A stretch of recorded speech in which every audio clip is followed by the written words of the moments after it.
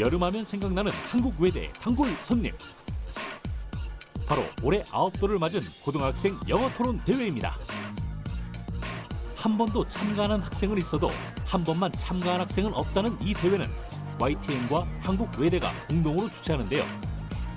긴장보단 설렘이 가득한 축제 장이자 글로벌 인재의 산실로 우뚝 서고 있습니다. 대한민국에 굉장히 많은 토론대회들이 존재하지만 그중에서 가장 저명한 토론대회로 이름이 나 있기 때문에 수준도 가장 높고 또 토론을 하는 사람들에게 있어서 꼭 한번 출전해보고 싶은 대회입니다. 그래서 저에게는 이 대회가 아마 마지막 토론대회일 것 같은데 그 토론대회가 YTN이어서 너무 기쁩니다. 다른 대회에서도 그렇게 얘기하는 거죠? 아니에요. 약간 다른 대회, 모든 대회들이 의미가 있는 건 맞지만 YTN 대회가 특히 더 가치가 있는 건 맞는 것 같습니다. 다른 분들은 어떻게 생각해요?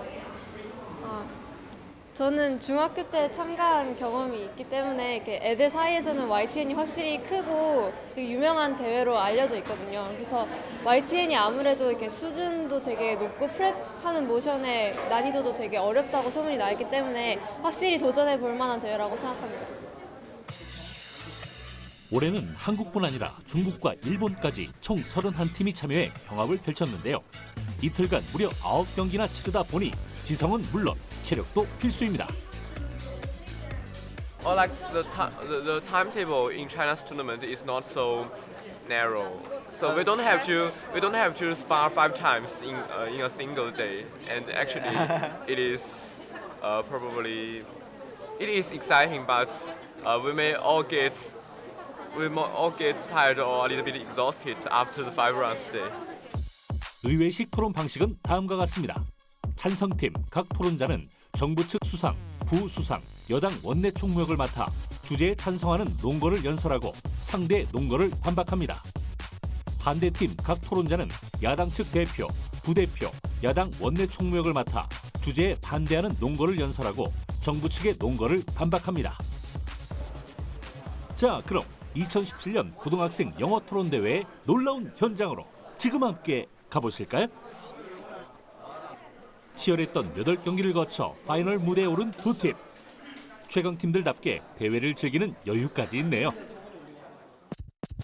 두 팀이 토론할 오늘의 주제입니다. 타당하다고 가정한다면 공정한 인공지능 체계가 운영하는 정부를 선호한다. 과학기술과 사회에 관한 종합적인 사고가 필요하겠네요. 이 어려운 주제에 찬성 연설을 할 팀은 IDK. 이에 맞서 반대 논거를 펼칠 팀은 탑투나. 막이 오르고 첫 토론자가 등장합니다. 과연 어떤 학생일까요? 이 친구 포지션은 수상 프라임 미니스터인데 이제 팀에서 가장 첫 번째 스피치를 맡는 역할을 하고 있고요. 평소 성격은 되게 쾌활하고 나름 애교도 있는 것 같고 그리고 되게 지식이 많아요. 평소에 뉴스 같은 것도 많이 보고 책도 많이 읽어가지고 다양한 상식을 가지고 있는 것 같아요. 그게 좋은 장점이라고 생각합니다. 폭넓고 다양한 상식이 토론의 힘이다. 정부 측 수상역의 김유찬 학생입니다. This debate happens in a world where the technology for artificial intelligence, or AI, has been fully perfected. This AI system possesses the same complex thinking abilities that humans do, as well as the human conscience. We believe that this AI system will be designed in such a way that its rationality or logical thinking is not mired by the emotions and prejudices of human society. Understanding that, although this is a value judgment debate, the government team proposes the following 3 to illustrate the world this debate takes place in. Number 1, that human politicians will be entirely replaced with this AI system. This system is not composed of individual robots with distinct identities, but the government itself is now being run by a system that makes everyday decisions and long-term policies based on AI technology. Number 2, there will be basic rules programmed into these AIs which will limit their policy-making abilities. The foremost being that the basic fundamental rights and human rights, as encoded into the Constitution, must be protected.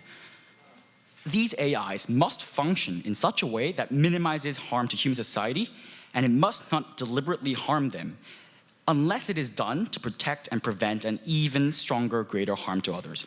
Number 3, we believe the only role that humans play is a technocratic one, in which technology experts must maintain and manage this AI technology in a transparent way. Now, inherently, democracy was here to cover up the human inherent flaws that we see, like bias, nepotism, corruption, and etc. Although it did a reasonable job in trying to solve such problems, we clearly see in the status quo why it isn't enough, and we see there's too much social oppression, discrimination, and discrepancies that we see in the modern status quo that root themselves from these inane human errors. It happens because of mainly 2 reasons. Number 1, humans lacking of using knowledge and facts and actually choosing the best results and the best representation and the best policies for the human beings. Second of all, emotional clashes of different policies and different parties, different opinions, and therefore it influences the real outcomes and rights, even if it is a worse choice for the people. Therefore, because both teams would clearly want a better society, whether that be moral, social, or economical, we believe that the team and the standard to win the debate is the team that brings more and better political results to the citizens so that they can become developed and they can become protected in standards. Our stance is that this AI government creates a much more sustainable and prosperous social order. I will present 2 arguments in my speech. First of all, an impartial AI government will objectively balance the competing rights of communities without social prejudice. Secondly, an AI government will be free of the political motivation to preserve power, which will result in the elimination of state abuse. On to my first argument. On an objective state, there are 3 levels of analysis. First, the rights of minorities are being limited by unfair social prejudice and bigotry. Socially progressive laws, such as marriage equality post, little to no third-party harm, beyond what conservatives believe to be moral corruption. However, those moral views are often arbitrary, considering that society is in no way harmed or affected when 2 consenting and consenting adults enter a loving and committed relationship. Conservatives should not be granted the right to impose their moral beliefs onto those who do not subscribe their own value systems. But thanks to the rule of religion and the remnants of history, these people and these emotional barriers that are created therefore make a lot of people believe in such social norms. The prejudice has erected an emotional barrier which stops many people to consider the rights of minorities, and the resulting political discourse and policy discourse when it comes to minority rights are often devoid of rationality, as the bigoted allow their anger and blind faith to personal value systems to dictate their policy decision-making abilities. The problem with human governance is that politicians are beholden to represent that social prejudice, and they risk losing their political abilities and political office if they pass progressive laws against the wishes of their constituency. This will no longer be the case with an objective AI state that has no value system of their own and to which prejudice plays no part in public policy.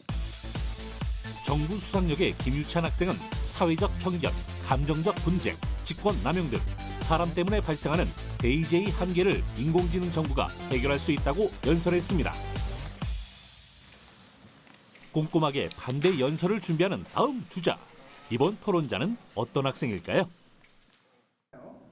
강지윤 학생은 평소에 성격이 굉장히 철저한 편이고 자기에게 주어진 임무를 되게 착착 잘 맞춰서 정리하는 편이에요. 근데 이런 성격이 의외 디베이트를 하는 과정에서 굉장히 잘 드러났는데, 이게 프랩을 하는 과정에서 저희가 아무거나 어떤 다양한 컨텐츠를 던져줘도 그거를 정리하는 능력이 굉장히 뛰어나서 첫 번째 저의 전반적인 입장을 소개하는 그 프라임 미니스터라는 그런 역할을 지윤이에게 하는 게 낫다고 생각해서 지윤이가 그 역할을 분담했어요. Sorry about that. 완벽한 준비성으로 승부한다. 야당 측 대표역의 강지훈 학생입니다. Mr. and Madam Speaker, today the side government gave you a very scientific close to analysis of what politics are, right? But we fundamentally tell you politics is more than science. Politics is more than numbers, right? We tell you fundamentally politics are clashing of values, right? How you fight out those values in human to human relationships. That is why we fundamentally tell you that our system of democracy, our system of representative kind of politics, we believe that those are the best forms in which we can actually, first of all, argue our values, represent our values, and talk values out. We don't think that machines or AIs, no matter how developed they are, they can properly, first of all, represent their values, but secondly, they can never make those kind of value judgments, because making a one-sided value judgments toward politics, that is what we call bias, what we call one-sided opinion, right? So we fundamentally find that wrong in their case, right? We believe that there's a significant amount of limitation when it comes down to AI's forming values within our politics, because first of all, we tell you values are something that are very subjective. They're something that cannot be computed into numerical scale or numerical data. But third of all, we think that it also encompasses things like social sentiment, for example, human emotions. We believe that those things can never be computed into numbers in which they fundamentally mischaracterize to you, right? So before I move on to the opposition's case, let me briefly go over what the Prime Minister told us today, right? So the Prime Minister gave you multiple points. I'm going to rebut them one by one, right? So they first of all talk about why humans lack knowledge, right? If humans lack knowledge, Mr. and Madam Speaker, why don't we let machines fill in only that part? Why not selectively incorporate machines to fill in that gap? They never gave us a justification of why we should totally eradicate human beings from politics and say that AI is going to rule politics from now on because humans are imperfect, right? Of course, we're imperfect, Mr. and Madam Speaker, but we think that when it comes to politics, humans are the ones who make those value judgments. Humans are the ones who actually eradicate the negotiations. We're going to further prove why humans and the representative democracy is the best form of politics that we have further with our case, right? And the next thing they talk about, like, social prejudice, right? How they're going to prove these objective kind of politics. We first of all tell you politics themselves are very subjective, right? No one can say with their own standards what objective politics is or what they're going to do that will objectively benefit our society, right? But secondly, they also talk about corruption, so let's give a response to that. Mr. and Madam Speaker, within our current context, within our current political infrastructure, we have something called the accountability mechanism, right? That is, we have natural systems of check and balance that ensure these people's accountability, right? We think that under their model, they have no kind of accountability mechanism whatsoever, right? Let's give a very easy example to fundamentally point their flaw. For example, Mr. and Madam Speaker, if legislatures get like a legislation that would make these that would increase the minimum wage to 50%. First of all, on what ground you give that policy from AIs, right? Secondly, why do we need that kind of policy? Third of all, what effects do these brings? We believe that people never gain access to these type of information. We believe that that is fundamentally very problematic to begin with. And in the second argument, they talk about how politicians incorporated makes these policies somehow bad, right?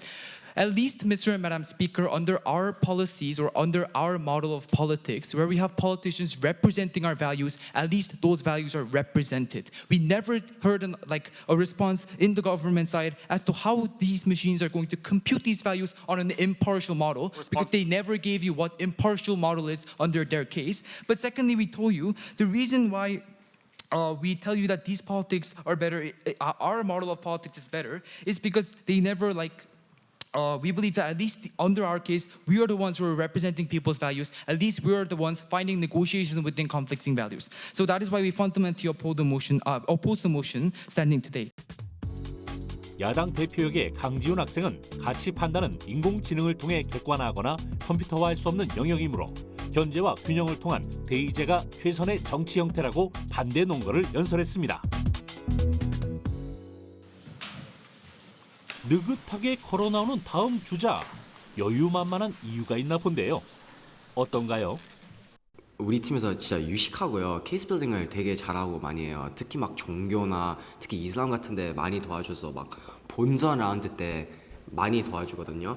특히 성격도 꼼꼼해가지고 상대방이 말하는 거 다 적어 쓰고 다 일일이 반박해가지고요. 그것도 많이 우리 부수상에 도움이 되는 것 같아요. 주도 면밀한 반박으로 상대를 제압한다. 정부 측 부수상력의 박성호 학생입니다.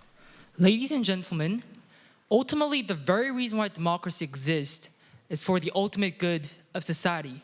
That's the reason why, to minimize the harms of choosing and reaching a solution, that is the reason why we hold elections.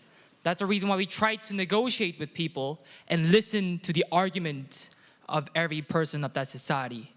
But when there's a better solution that we can benefit the society and get rid of the exclusive harms of politics, that is why we should implement AI.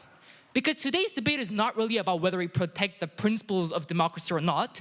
Today's debate is ultimately about which side better facilitates and better profits and benefits the society. Therefore, the side proposition will take the debate home ultimately if we prove that the AI system's benefits is much higher than the harms that they've explained, and it's going to bring a better society than the status quo that is inundated with corruption, dishonesty, and fraud politicians. Rebuttals. Firstly, they talked about how machines can never take account of subjective value judgment. Firstly, we believe that AI can, in fact. That's the reason why I firstly assume that it is impartial AI. But secondly, we're not simply talking about calculators that we need to input all numbers in order to reach a solution. Now, the AI that we're discussing in today's debate are the AI that can copy the cognitive function of human beings, just like AlphaGo can think about 100,000 ways of how to put that stone, not because humans have taught everything, because they can cognitively think and extend that cognitive function of humans, which is why when we consider the very fact that AIs can copy the cognitive functions of humans, we believe that they can actually make subjective judgments. And politics is all about dilemma. Then what about, then I'm going to explain about why the choices made by the AI is much better than the choices made by the humans. Firstly, politicians, when they try to make judgments, mostly based on sentiments and emotions, just like Dave explained as the innate characteristic and the inherent feature of humans. Humans always make decisions based on the speculations and the assertions they have, because firstly, it's just like Dave explained, humans cannot access to all the information that the AI can have.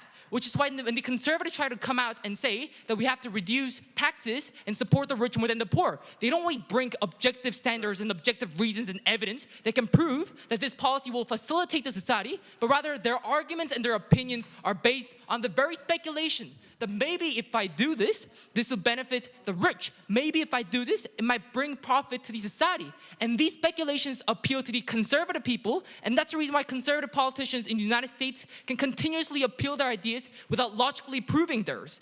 On the other hand, our side, the AI is going to calculate both sides objectively, compare the harms and the benefits, because even at the end of the day, these subjective choices also require a harm and benefit calculus, which is why under our side, these judgments are going to be made more properly and accurately. But second of all, they talked about that under our policy, there's not going to be check and balance, but their policy, there's going to be check and balance. That's the reason why corruption can be solved. Firstly, why do we need check and balance under our policy when we'll get rid of all corruptions from the very first place? Ultimately, they have corruption innately, and they're not going to be able to solve corruption immediately and even the long term, because even the politics of the United States or Korea, we try to deploy lots of check and balances measure to get rid of corruptions, but we can clearly find out that corruption is not getting disappeared. In the United States, the Republicans getting lobbied by the politicians. Even though they say that the Constitution and laws, and there are lots of measures of check and balances, we clearly see that check and balances is not working to solve all types of corruptions. And that's the reason why when the very moment that the corruption leads to disenfranchisement of poor people, when the corruption leads to poor choices that goes against the benefit of the society, that is the moment when you have the justification to get rid of all corruptions by deploying AIs. They basically agree that corruption is something bad of our politics. That's the reason why it is better to totally get rid of corruption rather than using check and balance to only solve a small portion of corruption, the problems of politics. 정부 부수상역의 박성호 학생은 사회적인 이득과 손실의 관점에서 접근했는데요. 고도로 발전하는 인공지능의 인지력과 공정성은 현재 민주주의 체제보다 더 많은 사회적 이득을 가져다 준다고 연설했습니다. 당당하게 등장하더니 상대팀 초식에도 거침없이 빌려옵니다. 쿨레 진동하는 이 학생은 누구? 박진아라는 친구의 성격은 평소에 되게 불같이 확 달아오르고 또 부드러울 땐 되게 부드럽고 되게 분위기에 맞춰서 잘 자기 기분과 감정 같은 걸 절제하는 친구예요. 그래서 우리가 흔히 토론할 때도 아다르고 어다르다고 하잖아요. 그렇기 때문에 박진아라는 친구의 성격 특성상 되게 아라고 해서 평범하게 들릴 수 있는 걸 어로 표현해서 되게 설득력이 강하게 들릴 수 있는 것 같아요. 그래서 토론의 분위기가 어떠하든 관계없이 그 분위기에 잘 묻어갈 수 있고 그거에 따라서 본인 주관을 굉장히 뚜렷하게 펼칠 수 있기 때문에 아무래도 그런 쪽에 가장 많이 짐과 부담을 짊어져야 하는 그런 저희 두 번째 데퓨티의 역할을 맡고 있습니다. 토론장의 걸크러쉬는 내가 책임진다. 야당 측 부대표 역의 박진아 학생입니다. So Mr. Speaker and Madam Speaker, we think that we genuinely oppose the dictatorship. And why is that so? Because even if you say that that dictator might be really, really smart and that dictator is so wise to an extent where he can see the long future, right? Or so kind and generous that he cares about the minority. We don't trust dictatorship in the first place because we don't think that the citizens can simply say, or the dictator can simply say, that because I know best what is for you, just shut up and listen what I say, right? We don't think that those kind of spirits are better for the society. So we're going to prove to to in my speech why your case, basically, ladies and gentlemen, is not different from dictatorship. So into my rebuttals. So basically, ladies and gentlemen, there's a contradiction within their whole case, because their case lies upon the assumption that AIs will be dependent upon human cognitive areas, right? They say that there's no difference between AIs and humans because they're going to have the same cognitive abilities. The reason why, or the genuine characteristic of human cognitive itself, or human conscious itself, is the existence of emotions, ladies and gentlemen, existence of primary sympathy towards others. That is how we distinguish AIs, or robots, from human beings themselves. So we don't think that their benefits, all the benefits that they talk about, because AIs are not emotional, those things, can stand at the same point where you say that these AIs will have the same traits of human cognitive brain, right? We don't think that, those two stances, you can get those things along. So we want clarification on that point. But under their side, ladies and gentlemen, the biggest problem is that they define things as a perfect policy, right? They assume that there exists something called a good or right policy once and for all. We negate that. Why is that so?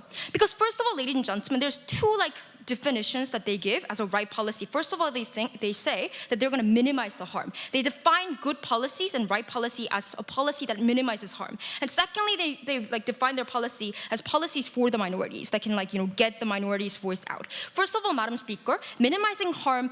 Good policies, of course, if you minimize harm, that's good. But that's not only the metrics that our society call a good policy, right? For example, comfort women, for example, it would be very beneficial for our society if we just move on. Diplomacy would, turn out great, like Japan and Korea, doing great. However, ladies and gentlemen, you cannot simply say just because it's gonna bring out better benefits to our society, women who were raped at that time should shut up and listen to what the government say and get and concede the fact that these Japan people are not giving enough money. We don't think that those kind of policies work that way. We don't think a good policy or right policy works in a way or in a utilitarianism perspective where you just can minimize these harms. But secondly, Madam Speaker, they say for example, in those kind of cases, we want clarification because most of the times policies cannot be defined by harms as well. Because when it comes to for example, education policies, the government is fighting right now whether they're going to get rid of specialized education or specialized school, right?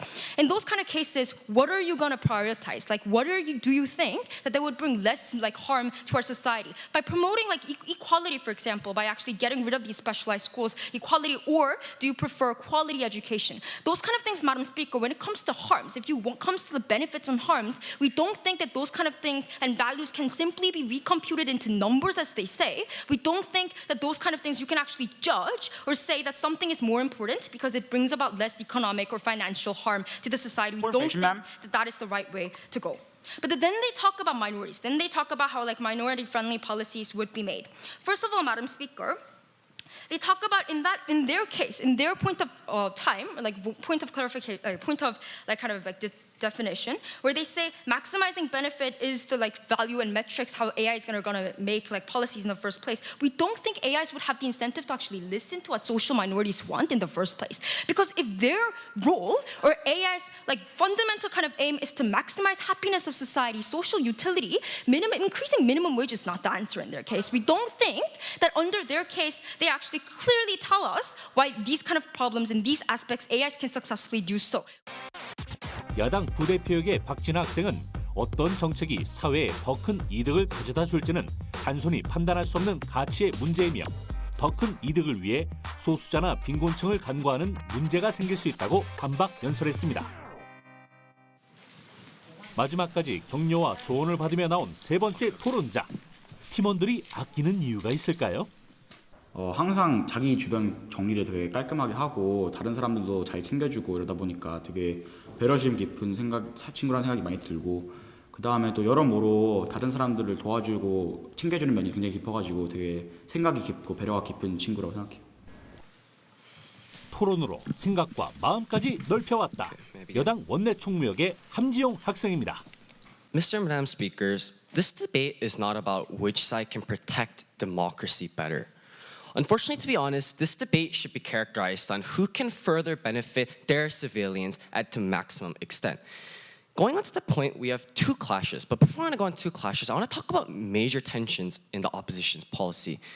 They said that they recognize and concede to the fact that AI does have calculation benefits. So the counter alternative that Leader of Opposition proposed today was they'd incorporate a system where AI would be inside the government, where AIs would make some decisions, but humans would make other decisions. Okay, first tension in the policy. Firstly, if the AIs and the humans have contradicting policies, for instance, if the AI wants a strong economic policy that can further benefit, but for instance, the humans who want social representation have a different kind of policy, what is it that the opposition will do? We don't understand if in the cases of contradiction between AIs and humans, because they said that this would be a joint government, what is it that they will do from their side? Again, a lack of explanation that came from them side. Also, the fact that they said that they want to incorporate AIs into the government means that they concede to the fact that AIs have exclusive benefits, meaning that this debate, Mr. and Madam Speakers, turns down to which side can provide more exclusive benefits onto that side and onto that side of the House. So going into that, we want to go into two clashes important. Firstly is whether or not, regardless of a democratic society, the citizens can be benefit under their side of the House or under our side of the House. Leader of Opposition came up and said, politics is more than numbers. And used that as justification to say, we can't incorporate, for instance, minority laws or whatnot. They obviously haven't been listening to our policy. The Prime Minister stepped up to the podium and we elaborated on the Constitution protection. We elaborated on this impartial AI would not destroy the Constitution. No, thank you, sir. So the important thing that we need to recognize is they have to abandon the idea that we won't support the minority. Why? Because we told you from the very premise from government side that we are in fact having a mechanism where we can protect the minorities because we have a constitutional protection that the AI cannot reject. And the AI also has to incorporate in their policy and decision making. We don't understand why opposition comes up and continues to talk about, for instance, these minorities would be attacked. And then they came up to the podium and said humans lack knowledge, so they want to propose their counter-alternative policy. But we already told you that this is actually a tension in the case. And lastly, they said that they had an accountability mechanism. So in the current status quo, for instance, humans would be enough to solve the policy with AI. Okay, if accountability mechanism was so true and so efficient in the current status quo, do we see politicians that have no corruption? Do we see politicians that have no inherent problem with the fundamental problems of democracy? We told you from government side, and characterized from the very premise of today's debate, that there is objectively an inherent flaw for democracy. The reason why democracy existed was because of to make up the human flaws on bias or corruption by having as many different political entities come together and discuss through coercive positive discourse. But the reason why we don't need it under our side of the House is simple, because we have an impartial AI that can be making the best decisions for its own citizens. That is why, Mr. Speaker, when the opposition comes up to the podium and says that this impartial AI would not be as efficient as we claim, we'd like to deny the characterization that comes from the first place. 여당 원내 총무역의 함지용 학생은 민주주의의 고질적인 문제를 다시 한번 지적했습니다. 또한 인공지능에 대한 편견과 민주주의 원칙만 내세우기보다는 실용적인 태도로 정부를 쇄신하려는 노력이 필요하다고 연설했습니다. 드디어 반대팀의 마지막 주자까지 등판을 마쳤습니다. 재상이는 되게 똑똑하고 평소에 말을 되게 잘하고 상대방 허점을 잘 찾기 때문에 딱 그 위배 룰에 딱 맞게 약간 특성화돼 있다 해야 하나? 그런 것 같아요. 매의 눈으로 논리의 빈틈을 찾아낸다. 야당 원내 총무역의 이재상 학생입니다.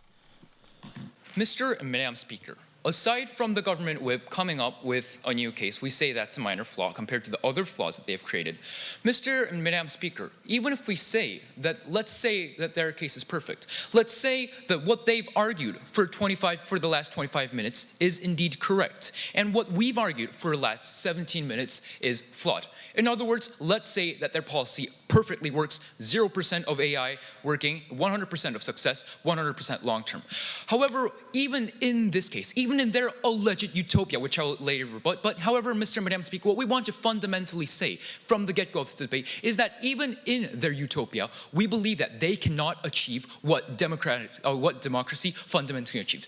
Now, Mr. and Madam Speaker, their policy, the three speakers of their side, characterized benefits through the citizens as better life quality. However, Mr. and Madam Speaker, we define life quality as not only having better life values, but allowing the citizens, giving the citizens opportunity to take control of their life. We believe that we believe that because the definition of benefiting citizens endorse this aspect, and since citizens taking control of their life was such an important aspect, we believe that this is the reason why we have chosen representative democracy after millennia of human history, and we see that this is one of the fundamental, inherent, innate limits of AIs which they can never even dream to achieve. That is why fundamentally we have a higher ground in representative democracy, Mr. and Madam Speaker. But now let's go on to the clashes and see, furthermore analyze what they did wrong under their side of the house. We have 3 clashes. Now, so moving on to the first clash. First clash, why in the learning process, according to the characterization of AIs that the government side brought up, why this is fundamentally flawed. Now, as we see their side not defining impartial system and only giving a one-liner response of how AIs will learn, we see that the government does not know what they're talking about. But let's grant them and say that they know what they're talking about. Now, what the government characterized, let's follow the government's definition. Now, what the government defined as AIs is that the government said that AIs will learn through a cognitive form of human beings. Now, we say that from taking this characterization, since the definition of cognitive form of human beings itself includes learning from mistakes, and first of all, and second of all, since there is an infinite amount of possibility innately, AIs, though they may consider a super large number of indeed mistakes and indeed situations, we see that due to the innate nature of human society, we see that there is an infinite amount of possibility that mistakes that these AIs have to make in order to make their policy. We see that first of all, that definition of their perfect does not stand under their house. However, second of all, let's say that the definition of perfect does stand. Let's give an even if case again. However, we see that under this case, we see that AIs fundamentally cannot achieve what they wanted to achieve, because if we focus on the fundamental mechanism of how cognitive AIs work, these AIs are first of all given a starting point and then given an objective or a goal point, and then these AIs are incentivized to choose the best methodology. Now, Mr. and Madam Speaker, the prerequisite for the AI to learn in the first place is that we need to set a right objective, Mr. and Madam Speaker. Now, the right objective, according to their stance, is making everyone live better at one place. And in the long term, whether that may be long term or short term, making everyone may live better in the long term pace. However, Mr. and Madam Speaker, even if we say that AIs are a perfect entity, we live in a society where its innate characteristic is that though a best policy may be possible, we now see a society where a perfect policy, where every single stakeholder is benefited, is fundamentally impossible. So therefore, we see that in cases, for example, where there's 1 million deaths, 10 deaths, AI can do a simple calculation. But however, when we see 2 compelling values conflicting in the society, which is one of the fundamental dilemmas that we have in the modern society, when we have these 2 compelling values conflicting, which cannot be converted into statistics as they have conceded, we believe that AIs fundamentally cannot make the valid decision in the first place. For the AIs to learn and then make a subjective decision, we first of all need a preemptive standard of what that fundamental success and goal is. 야당 원내 총무역의 이재상 학생은 인공지능이 결정한 정책적 대가를 치르는 건 결국 인간이므로 인간이 정책 수립의 주체가 되는 것이 마땅하며 인간이 스스로 개선하고 발전하려는 노력이 중요하다는 점을 연설했습니다. 이제 각 팀이 총평을 할 차례인데요. 최종 변론의 박진아 학생입니다. So the opposing team, basically, their whole case was built upon an assumption that there can be a policy that can benefit all, right? For we believe that the fundamental nature of politics itself is that whether you're right-wing or left-wing, the fact that diverse perspective and spectrum exist in the field of politics prove how diverse interests are intertwined together, and that such things, as they say, politics is about trade-offs, right? So the point where they say that AIs are, following human cognitives, basically, Mr. and Madam Speaker, they're prone to make value judgments, they're prone to make decisions. In that case, Mr. and Madam Speaker, we kept on asking you, so basically, can one stakeholder with their value judgments, judge everything that is society, everything that the social members are going to be affected. So basically, we think that the answer, because the answer is no, that was why we talked about how democracy was more important, no engagement. So in my speech, I'm going to prove to you, first of all, how all the benefits under their case are false and like self-rebutted through all their like case explanations coming from the first speaker. But secondly, we're going to explain to you why our like benefits stand valid. So first of all, about democracy, Madam Speaker, we keep on throwing you these kind of democratic like values. Why is democracy important? We keep on telling you self-determination. Because AIs, it's not like, you know, who wants to like follow like what the rules of AI said. It's not like people voluntarily follow this. Because you make it a rule and apply it to every citizens that are not even willing to abide by, we told you that that is why, because it's forceful and because those kind of things are forced upon individuals that don't necessarily agree upon, that was why individuals had the right to actually have a say and have a voice in that directing and like policy making process themselves. They never engaged upon these kind of arguments. And why is this bad?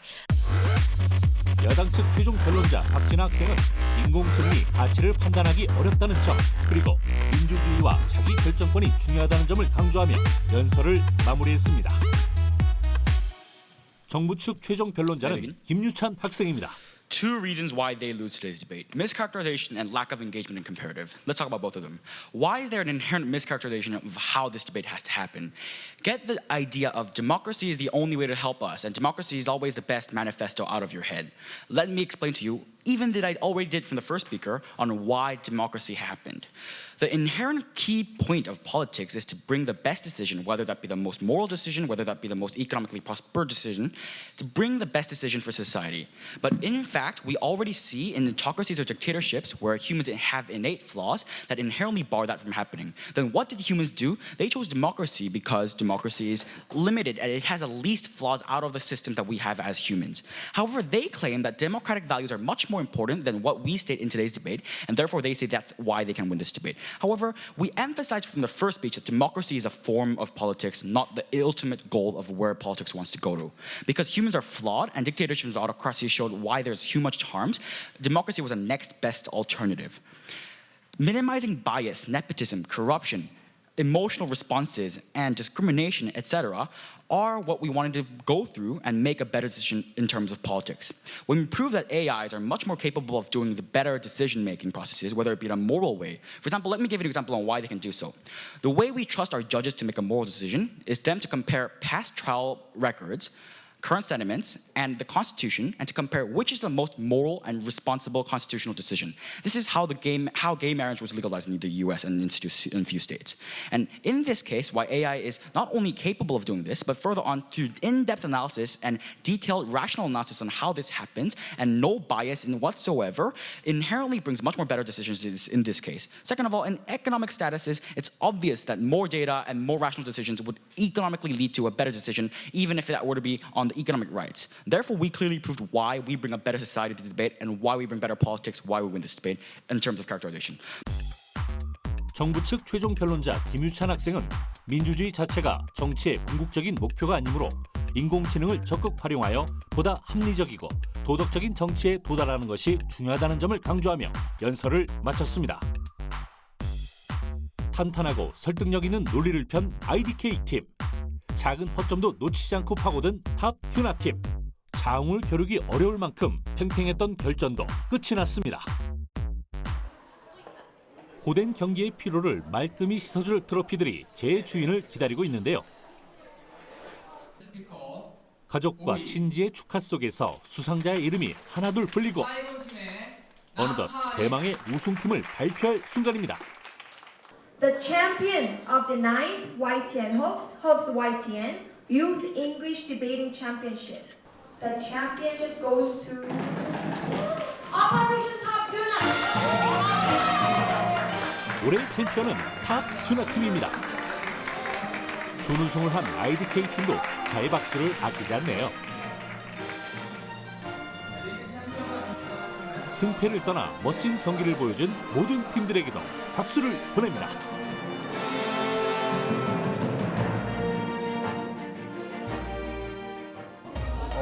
예상치 못한 좋은 결과가 나와서 너무 행복하고 그리고 작년부터 되게 열심히 준비해 왔던 거여서 또 결과에 대한 만족감이 큰 것 같아요.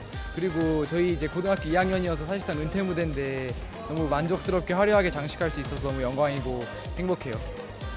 YTN 영어 토론대회에서 친구들이랑 함께 어려운 주제들을 제한된 시간 안에 설명하고 생각해보고 어떤 말들이 해야 좋을지 생각해보면서 더 친해질 수 있었고 또한 어려운 그런 문제들에 대해서 다 같이 생각하는 기회가 되는 것 같고 마지막으로 그런 생각들을 영어로 말하고 발표하는 능력을 들일 수 있었다는 게 가장 인상 깊었던 것 같아요. 맨 마지막 결승에서 준우승은 아쉽긴 하지만 그래도 정말 많이 배웠고 정말 많이 즐겁고 다음에 꼭 와서 더 좋은 결과 할 수 있었으면 좋겠습니다. 세계를 보는 시야를 넓히고 세상과 소통하는 힘을 키운 2017년 고등학생 영어 토론 대회. 가장 뜨겁고 치열한 여름을 보낸 학생들이기에 이들의 꿈은 누구보다도 단단하게 연결해갑니다.